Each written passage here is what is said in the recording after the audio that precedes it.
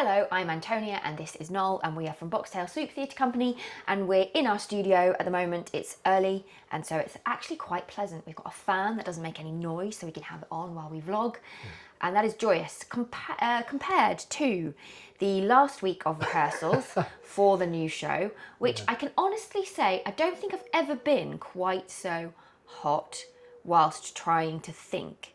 That was the biggest problem for me. The thermometer was reading about 36 degrees in here, wasn't it? Yeah, but it was hotter outside.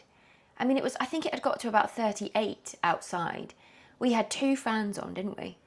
I mean, the difficulty was that we didn't have any option really except to run the show. No. So I think on the hottest day we did two runs. 2 runs. And we did, actually, I was really impressed with us, not to blow our own trumpet, but I thought we did really well to hold it together. And puddle afterwards, I think.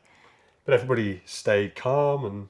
Yes, I think it shows how often we've all worked together, actually, that even under those circumstances, nobody got grumpy or cross.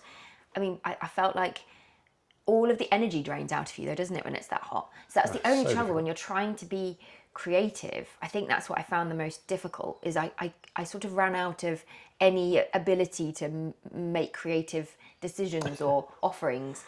But anyway... So it was the 2 of us, and then we had Mark, obviously, who was directing, and then we had lovely Imi with us, who is doing sound design for the show, which is absolutely brilliant. Yes. She's lovely to have in the room as well. Yeah, so lovely. So that was It was a really positive presence. Absolutely. So we had a good time despite the heat. We previewed the shows then in Twickenham at the end of June, and they went well. We were generally pretty pleased. Again, it was very hot while we were doing those, so it was all very long days, as it often is before the first previews. Yes. And we were pleased generally. I think that we knew that with this one there would probably be a few things that we'd want to tweak then, which actually, to be fair, normally happens with every show in various ways. With 1984 last year, obviously we made an 80-minute version first, and therefore we needed to cut it right down for the fringe.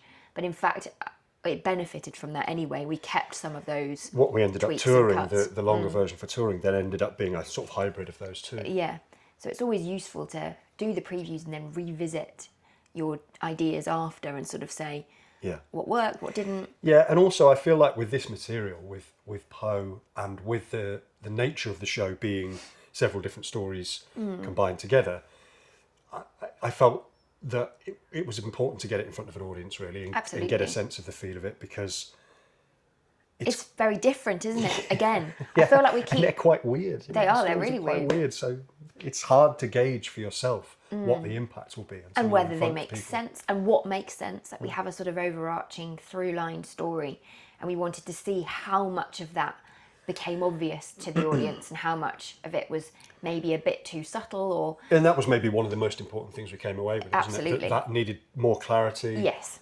And just a couple of little tweaks as well in terms of how if we want to interact. make it more, more overt, which I think we decided that we do. So there's, it's nice. It's always good to do that. The puppets and everything. What was nice for me, I don't know about you, but for me, I felt like the set, the puppets, everything like that seemed to work very well. So that was a nice. Yeah. That was nice. Yeah, it was good. Yeah, I mean, it looks good. I was a little bit frustrated just with the amount of time that we had. It just wasn't possible to do more with the lighting, which I think it will benefit from when I've had a little more time to look at that for Edinburgh. There's always technical things. There's another very good reason for doing previews, because there's always a few technical things, like with the sound. Getting the levels right for this show is very tricky. The first day they were too low. Yeah. Second, we sort of bumped them a bit, but actually we decided that we're going to use radio mics for the show. I was just about to say, which is not something that we've ever... We have used them for performances before in venues where it's been necessary. There was a couple of times at Brighton Fringe in a very noisy venue. When we're on the Queen Mary or the Cunard ships, we've used radio mics just because it's necessary for the venue. So it's absolutely fine, but normally it's not something we would have opted for in Edinburgh. But for this show, I think particularly because it's horror, it's a kind of spooky, it's a sort of ghostly thing. So the sound is very important. There's a lot of sound going on and you want to be able to have it be present enough and loud enough that the audience is sort of immersed in that. And also slightly because of the nature of the performance, because there's this sort of conceit about it being a lecture to begin with,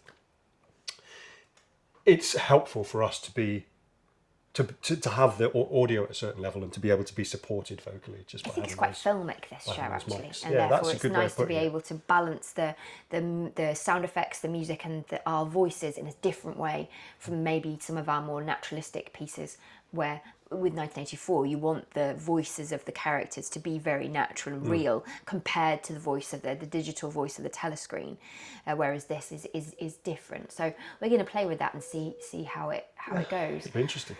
It will. But yeah, so that's where we are. We've now got a few days before we go on a little break before Edinburgh. But we've got a few days to do the little tweaks that we want to do, just tweak a couple of tiny little making things that we were like, oh, well, that'll be all right for previews, but it won't last 6 shows or whatever it is in Edinburgh. Yeah. So there's a few little bits like that to do, but nothing too major. And by and large, yeah, we're looking forward to it. I think we've got a few production shots that we've maybe peppered into this or show you at the end.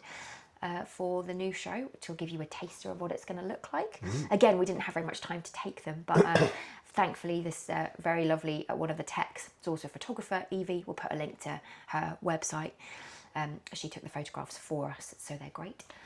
And if you haven't booked your tickets for Edinburgh, please do. They're selling really well already, which is Goodness. we're so thrilled. Thank you so much. But the 2-for-1 days are going quite fast, so if you are thinking of coming on those days, please do book soon. There'll be a link somewhere here that you can click on to do that. And similarly, if you know anybody else who might enjoy it, who's going up there, please send them our way. Or indeed, if you yourself do any sort of social media or anything like that, and you have a moment to give us a shout out, everything helps in that way for us. We rely on you all really to help us spread the word, and you do a marvellous job. So thank you very much indeed.